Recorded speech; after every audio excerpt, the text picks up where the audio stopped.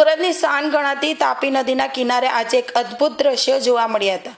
અડાજણ સ્થિત રિવરફ્રન્ટ ખાતે આંતરરાષ્ટ્રીય પતંગ મહોત્સવનું ભવ્ય આયોજન કરવામાં આવ્યું હતું। અહીં દેશ વિદેશના પતંગબાજોએ ભાગ લઈ પતંગના કરતબો દેખાડ્યા હતા।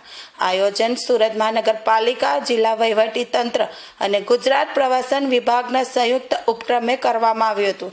રાજ્ય સરકારના પ્રવાસન વિભાગ દ્વારા ગુજરાતની સંસ્કૃતિ અને ઉત્તરાયણના પર્વને વૈશ્વિક ફલક પર લઈ જવાના પ્રયાસ રૂપે સુરતમાં ભવ્ય પ્લેટફોર્મ પૂરું પાડવામાં આવ્યું છે।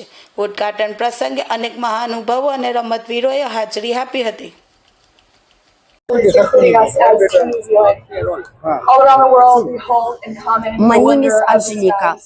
I represent the team from Belarus.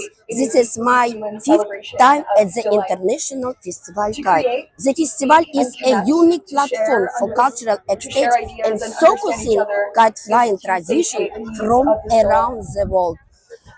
This is festival not only festival kite, but only a testament to the rich cultural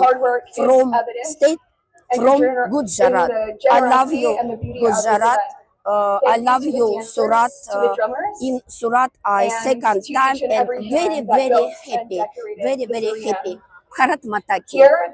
India is my heart. No expense has been. સાહેબ કઈ પ્રકારનું આખું આયોજન કરવામાં આવ્યું છે કાટ ફેસ્ટિવલ?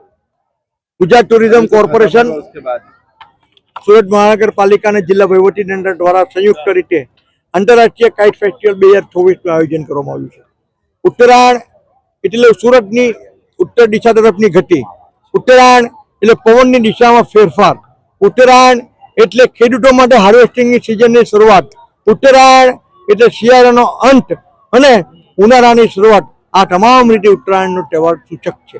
મોદીજીએ 2002માં આંતરરાષ્ટ્રીય કાઇટ ફેસ્ટિવલની જે શરૂઆત કરી છે તે પરંપરા આજે પણ ચાલુ છે। આજે સુરતના આંગણે 5 થી 7 વિદેશના લોકો અને લગભગ 20 રાજ્યના લોકો આજે ભાગ લઈ રહ્યા છે।